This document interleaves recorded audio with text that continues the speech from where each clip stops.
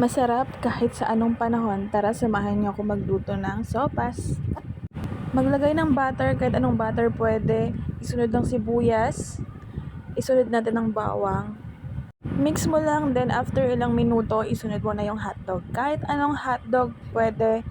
Pwede mong damihan, pwede mong ontian, depende sa budget mo.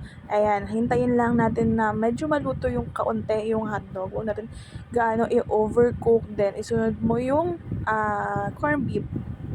Any brand ng corned beef pwede. Then, sunod mo na yung gulay natin, yung carrots. Hindi ko na ganong ninipisan kasi kami-kami lang naman yung kakain dyan sa carrots na yan. So, lagyan mo na ng tubig. Mas maganda, mas madami para mas masabaw. Pero, depende sa dami din ng macaroni mo, no?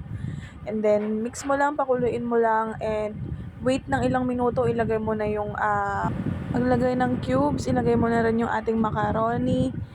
And, mag-wait na lang ng ilang minuto para kumulo, para lumambot yung macaroni natin. Ayan. Tapos naglagay pala ako ng bell pepper. Again, optional pa rin yun. Kung, depende sa inyo kahit wala naman pero ako kasi gusto ko lagyan. And then, timplahan mo na. Depende sa panlasa mo. Ako naglagay ako ng patis. Ayan. Pampalasa. And sunod, haluin. Pakuluan hanggang sa, ayun nga, lumambot yung ating macaroni. And then, lagay na natin yung pampalasa talaga natin, yung pampasarap, which is yung evaporated natin na gatas. And then, nisunod ko na yung repolyo ko. Ayan.